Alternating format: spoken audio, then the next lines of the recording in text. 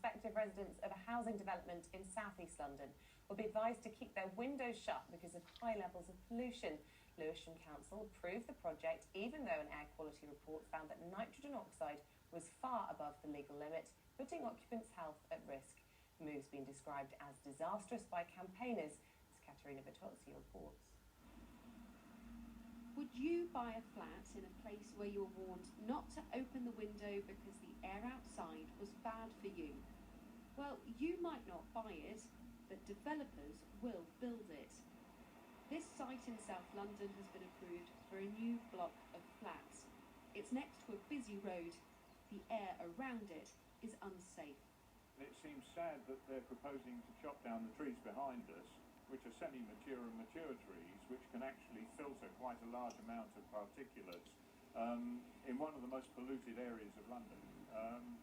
And then replace it with a building where, because of the pollution figures in this area, the developers had to agree with the council planning committee that the tenants will keep their windows shut. Pollution levels here are well over legal limits, but air quality isn't just a problem in South London.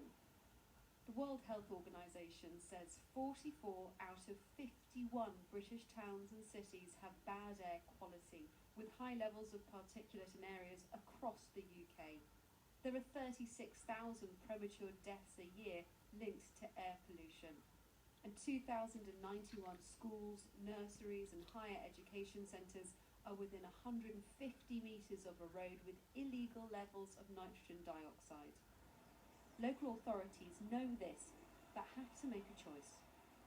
Across the country, there is a huge need for new housing, and local councils are under pressure to give developers approval to build, even if those new homes are being built in areas where to open your window poses a health risk. In London, new low emissions zones have made it more expensive to drive diesel cars.